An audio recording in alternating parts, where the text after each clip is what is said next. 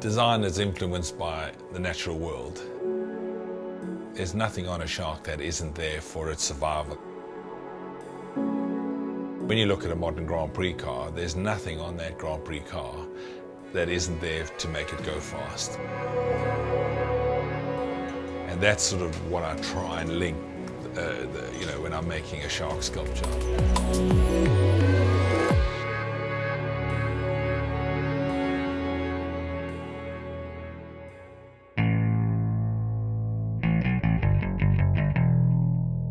My father was involved in motor racing.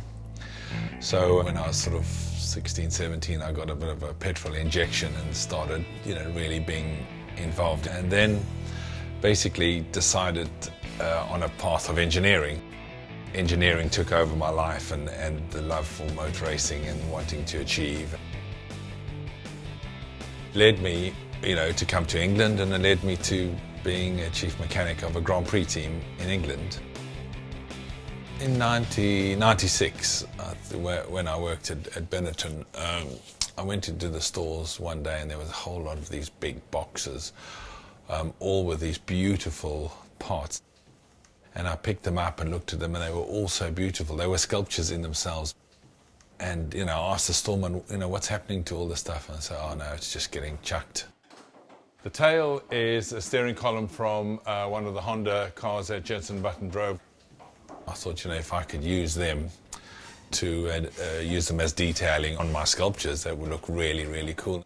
So that's alternator belt cooling duct from the B195 Benetton, which won Michael Schumacher his second World Championship.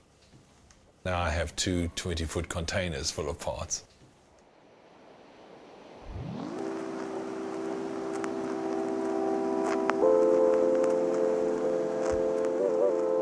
The first memories of the sea are actually when my parents bought a holiday cottage in the south coast of South Africa.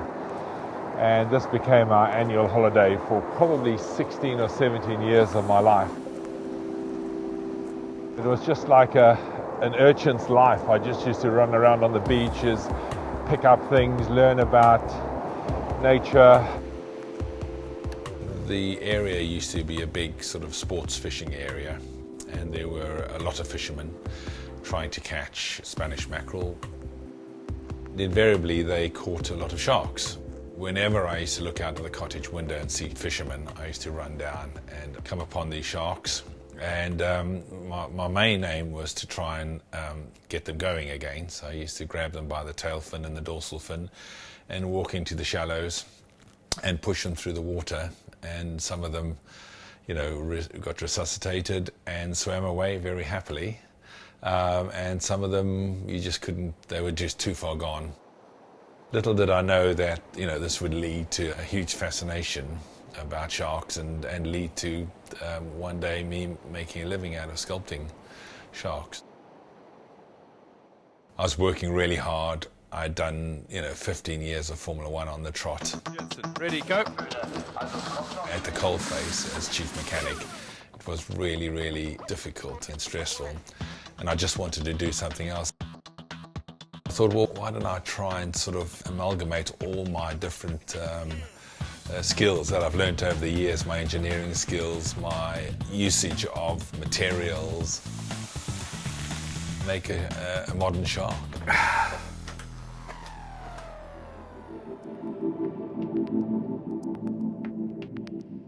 I thought it would be really cool to get in touch with the Shark Trust and try and do some sort of a collaboration. This is just basically the jig we use to mark up the scribe lines and just put something back into these creatures which are finding a lot more pressure on them.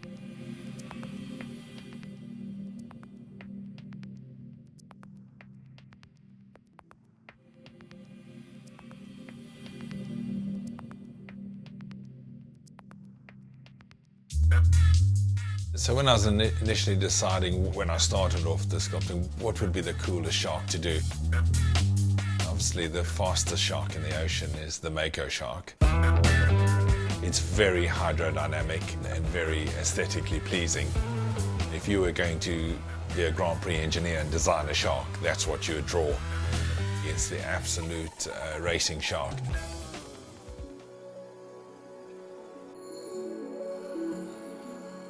If I can, in a little way, influence what people do with the ocean, what people think, and try and look at it through my love for sharks, then it would be a great thing to play my part.